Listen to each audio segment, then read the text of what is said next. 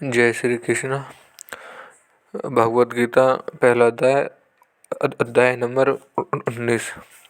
स घोषो धार्तराष्ट्राणां हृदयानि व्यधारता नभ्रश्रे पृथ्वी चैव तमूलो व्यानुध्यानता। इसका हिंदी अर्थ है, और उस भयंकर शब्द ने आकाश और पृथ्वी के भी गुजानते हुए अन्यायपूर्वक राज्य रखने वाले दुर्योधन आदि के हृदय विदीर्ण कर दिए। इसकी व्याख्या है, पांडव सेना की वह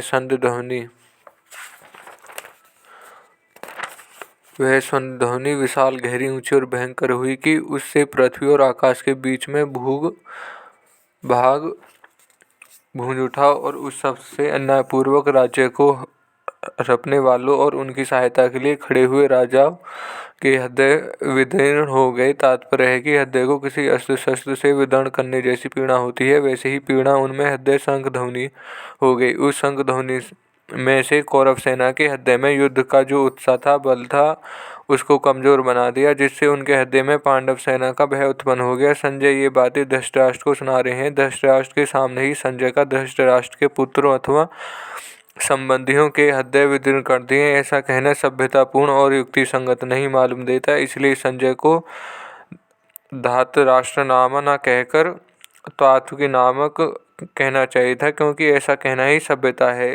इस दृष्टि से यहाँ धार्तराष्ट्रनामा पद का अर्थ जिन्होंने अन्यायपूर्वक राज्य को धारण किया, ऐसा लेना ही युक्ति संगत और सभ्यतापूर्ण मालूम देता है। अन्याय पक्ष का लेने से ही उनकी हृदय विदीर्ण हो गई।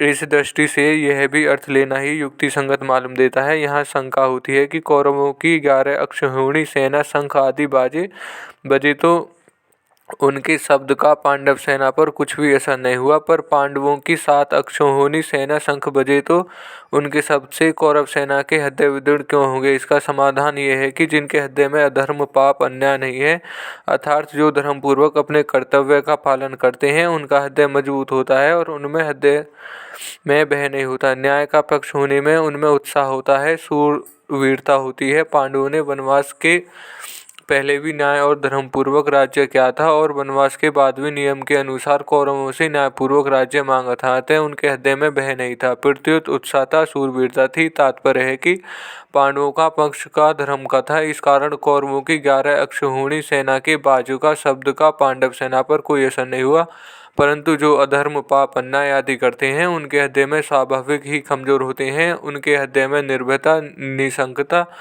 नहीं रहती। उनका खुद का क्या पाप, अन्याय ही उनके हृदय को निर्बल बना देता है। अधर्म अधर्मी को खा जाता है। दुर्योधन आदि पांडवों के अन्यायपूर्वक मारने का बहुत प्रयास किया था। उन्होंने छल कपट से अन्यायपूर्वक पांडवों का राज्य छीना था और उनको बहुत कष्ट दिए थे। इस कारण उनके हृदय कमजोर, निर्बल हो चुके थे। तात्पर्य है कि कौरवों का पक्ष अधर्म का था, इसलिए पांडवों की 7 अक्षौहिणी सेना शंख आदि ध्वनि से उनके हृदय विदीर्ण हो गए।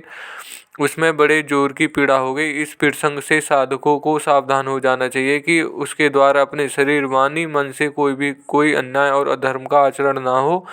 अन्याय और अधर्मयुक्त आचरण से मनुष्य का हृदय कमजोर, निर्बल हो जाता है, उसके हृदय में भय पैदा हो जाता है।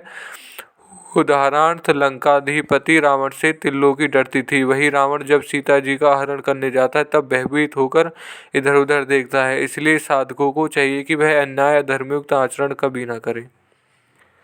धन्यवाद।